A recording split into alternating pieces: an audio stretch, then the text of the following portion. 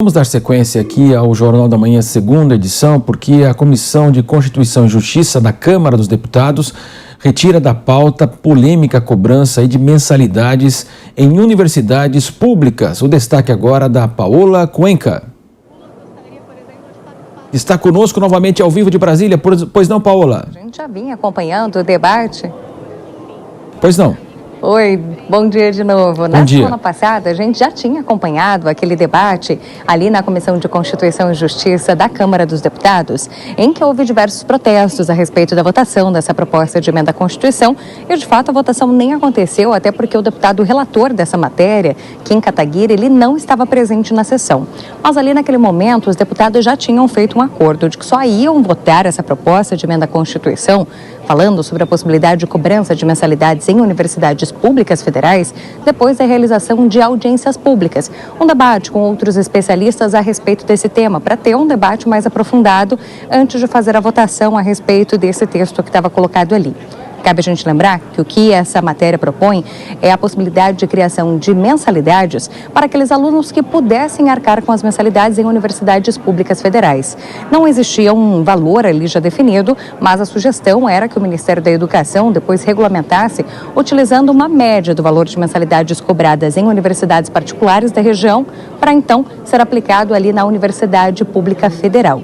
De toda forma, depois desse acordo sobre a realização de audiências públicas, o que aconteceu nessa semana é que um novo acordo foi feito entre os deputados para retirar os pedidos para fazer a audiência pública. O que, na prática, significa que, então, não vai acontecer a votação nem o debate a respeito dessa proposta de emenda à Constituição, porque se ela estava condicionada a ter uma audiência pública e agora não existem pedidos para que essas audiências públicas sejam feitas, a matéria, então, está travada na Comissão de Constituição e Justiça da Câmara por tempo indefinido. Esse debate, pelo menos por enquanto, não vai mais acontecer. Exatamente, é um tema muito polêmico, né, Paulo, e ganha força aqui realmente no Brasil. A gente sabe que hoje os estados não conseguem expandir as vagas públicas. Nós temos também a questão hoje também daquelas vagas que são destinadas também à política de cotas, né? Houve uma mudança em todo esse cenário e também nós temos, claro, as universidades particulares que estão inseridas nesse processo, a questão do FIES. Mas no ano de eleição fica difícil, de fato, aí imaginar que esse tema, como você disse, vai ficar travado e que possa avançar mesmo ainda em 2022, né? Olha, na verdade, eu acho que esse é um tema difícil de ter avanços, mesmo fora de anos eleitorais. É um debate muito complexo, é um debate que gera bastante animosidade, porque a gente pode ver do lado, por exemplo, de deputados que protestavam a respeito dessa medida, que eles colocam que a Constituição Federal já garante o acesso à educação gratuita a todas as pessoas, a toda a população brasileira. Então, cobrando mensalidade de quem pudesse pagar ou tivesse ali alguma condição de pagar pelo menos 50% do valor inteiro da mensalidade, seria então não permitir esse acesso gratuito à educação no caso das universidades públicas federais. No caso do relator, o deputado Kim Kataguiri, ele coloca que esse recurso que seria obtido ali poderia, inclusive, ajudar as universidades públicas federais a custear os seus gastos, inclusive poder custear, por exemplo, alimentação, bolsas para esse aluno que não pagaria mensalidade e que teria uma condição socioeconômica ainda mais baixa do que de outros estudantes da universidade.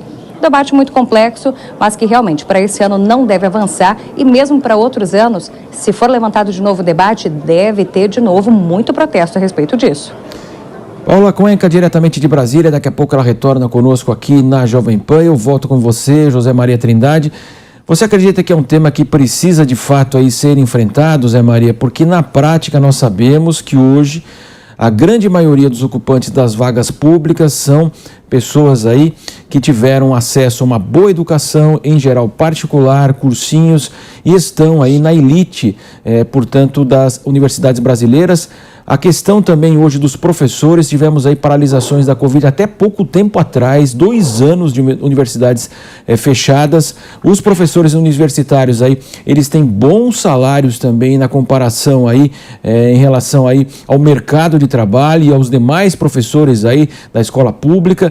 Então é um tema que precisa ser enfrentado, você acredita, Zé Maria?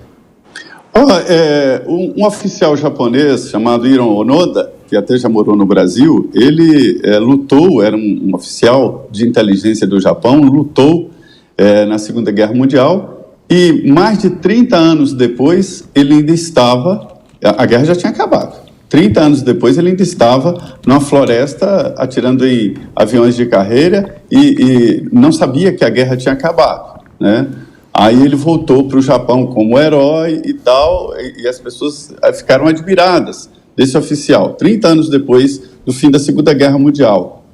E agora existe a mesma coisa, existem alguns professores de universidades públicas, claro, né, que não sabem que o processo já acabou, que a pandemia já ficou para trás, agora existem cuidados diferentes e que o mundo está voltando presencial.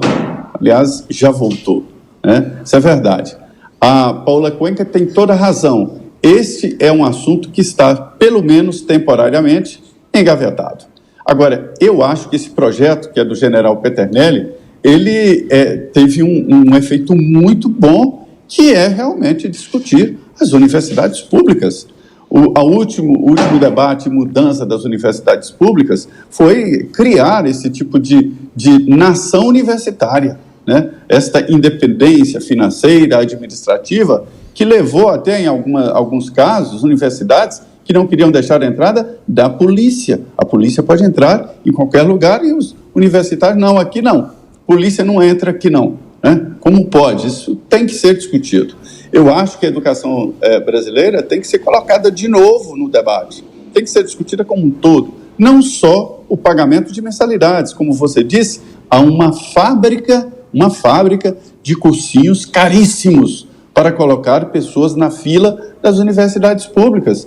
É uma realidade, né? São cursinhos que chegam a cobrar R$10 mil por mês.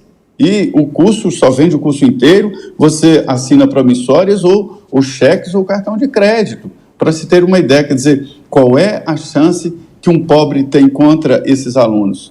Não tem chance, né? Ou pouca. Aí você pode dizer, tem um filho de um amigo meu que passou na universidade pública em cursos de ponta, como medicina, engenharia e tal. Aí tá certo, é uma pessoa, duas pessoas que fazem um esforço sobrenatural e que tem características próprias, né, que tem habilidades próprias para passar num concurso assim. Então, é claro que precisa. Um ponto, Marcelo, que eu sempre falo, as verbas da educação vão 85% para pagar salários. O Ministério da Educação é uma grande folha de pagamento. Sem dúvida, e salários elevados mesmo, professores que ganham muito bem mesmo, Zé Maria, a gente sabe disso, e todos devem ganhar bem, devem ser remunerados pelo seu serviço na maior expressão possível aí dentro do Estado, mas como você disse, é um debate que precisa ser aberto, qualidade, acesso, e de fato aí foi interrompido e dificilmente vai voltar esse ano, mas que de fato aí, como você disse, nós precisamos discutir sim a educação. Quem tem filho em idade escolar, vai para o vestibular, sabe muito bem do que eu estou falando.